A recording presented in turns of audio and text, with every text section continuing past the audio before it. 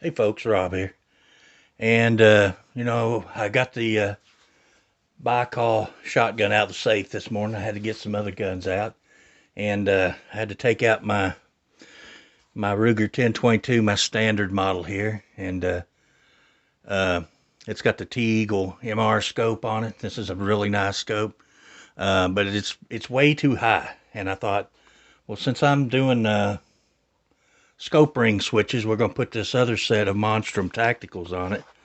Uh, right now, you can pick these up off Amazon, and these are 30 millimeter for about 13 bucks. And that's a pretty good price for 30 millimeter rings. And these are nicely machined, nicely made rings. They have for your pick rail there. These would stand up under some recoil, I would think. So I'm not going to bore you with the whole procedure because I done that on the other rifle this morning. But I am going to take this off, and we're going to work on mounting the other scope. I might bring you back for some, little quick updates on how it's going, but I'm not going to bore you with the whole procedure. So hang on, and I'm going to get this scope off, and then we'll come back. All right, so we got our old rings off, and I've set our new rings on, set our scope on it just to look, and we got plenty of clearance. Actually, I probably could have used the 085s on this too if I had a set.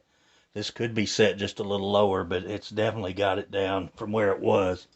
I mean, you can see here, it's brought it down a good half-inch in height, and could have went lower. If I order any more, I think I'll order the 085s. That's a 44 millimeter objective lens, so that's a pretty good size objective. So it would take a big scope or having to clear a back sight in order to need something much taller than the 85, I would think. The 1 inch would be probably if you had a sight you had to clear. But okay, so we've established that. So now I'm going to take our scope off, and we're just going to level our rifle. And when I get that done, I'll come back to you. Have our bubble on the receiver level. We have our level on the end of the barrel. So we're good to go to start putting our scope on. Okay, before we start mounting our scope, we're going to go ahead and tighten our bases down. And I'm going to tighten these to 25 inch-pounds. I always say foot-pounds, but I always mean inch-pounds. So 25 inch-pounds is what we're going to go on these. And that should give them, because that's aluminum against aluminum. We don't want them overly tight, but we want them tight enough that they're not going to move on us. We're kind of just going back and forth. So we got 25 on that one. Let's go up front and get one at 25. That one's 25. And that is inch-pounds. If you put foot-pounds on your scope rings, you're going to have probably some strip screws and broken. So we got 25 pounds, inch-pounds on our screws here. And I did double check my base because I'd blue Loctited that before, and it is good and tight. So we got our rings are mounted to our base now. They're all torqued down, so there shouldn't be any more movement or flexing once we put our scope on. So I'm going to set our scope on and get set up to do that. Okay, I have the scope leveled. It's leveled with the barrel up here. So we got that level. I've got my eye relief set. I've got one screw in the center. And the next thing I'm going to do is I'm going to tighten those screws down enough to keep my gap. See, that one ain't even tight. And I want this gap on both sides to be as close to the same as I can. So I'm going to work on that a minute, and then we'll come back. All right, I've got our two center screws tightened. Our gaps are as close as I can get them to the same on either side. We got just a little bit of pressure there. So I'm going to install my other 8 screws, and then we'll start torquing this down. It's a good thing they send a bag of extra screws, because I've lost one of my screws. And I don't know where it went. I can't see it here in the floor. Of course, it is dark out here. It's dark outside. It's not as light in the building as it is in daylight. Probably rolled up under the bench.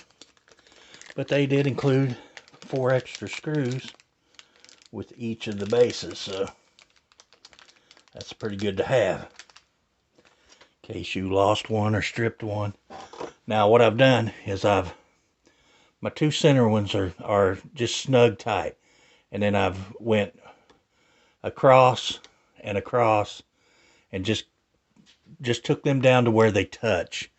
They're not tight at all, they're just touching. I put them in a position. Is that the one I need in? No, right there. So I put them to where they're just touching. I can feel them touch. And that should be, let's make sure I got them all. Yeah, so there's all of our screws installed. And I'm going to make sure we're still level. I'm going to level the barrel up here. And we're still level across the turrets. So what we're going to do now is we're going to take our torque wrench and we're going to do the same process we done on the other. We're going to go to 5 inch-pounds first. And we're going to do our 2 that were across first. So we're going to do, and these may be already 5 inch-pounds because I did snug them down. So they're already at 5 inch-pounds. So we'll go around and get the rest of our screws to 5 inch-pounds. Then we'll do our front. And you always want to go in a cross pattern. That way it keeps your pressure level across your rings. So now we have them all set at 5. We're going to go up to 10 inch-pounds. And we're going to do the same. We're going to get our 2 center ones first. Then we're going to start around the ring and go on up to 10 inch-pounds.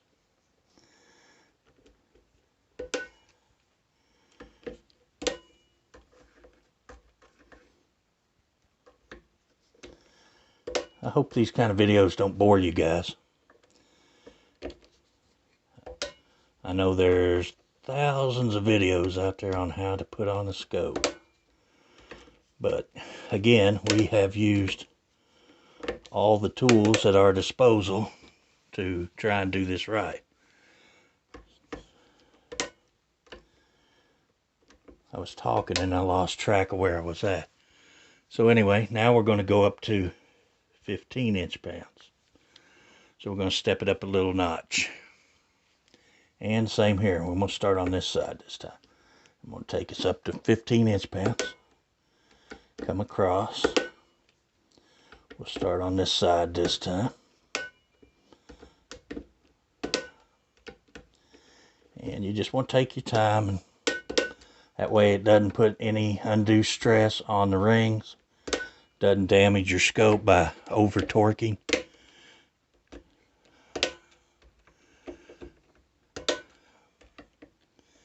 And makes for a nice install.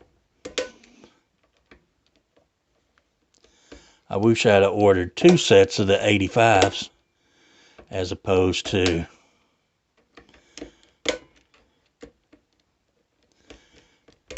so there's 15. So we got 20 on our rings and 15 here. But I think I'm going to go up to 18 inch-pounds on the rings. Just not that that's that much tighter, but we don't want anything coming loose. So we got 20 on our rings, which could be higher, I would think.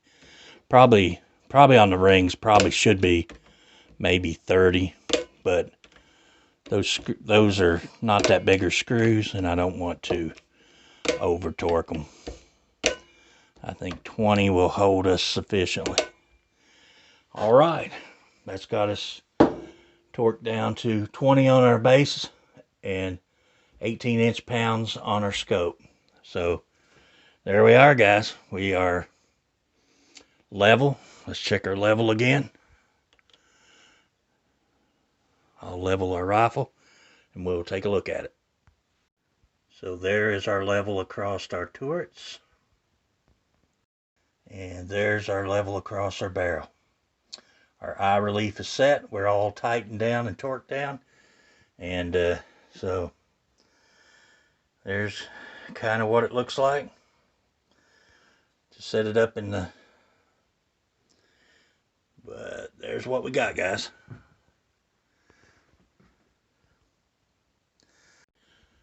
Okay, guys, that's the conclusion of the video of our remount the T-Eagle.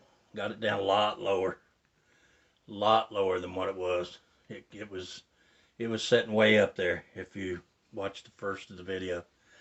These rings are really nice. They tighten down real nice. They're lightweight. We're gonna have, but you know what this means, don't you? We're gonna have to sight in another freaking rifle tomorrow. That's if the weather's good. We're gonna have to sight in a rifle. That sucks, don't it? And we're gonna have to go out and shoot this thing. Dang it, why didn't I think of that?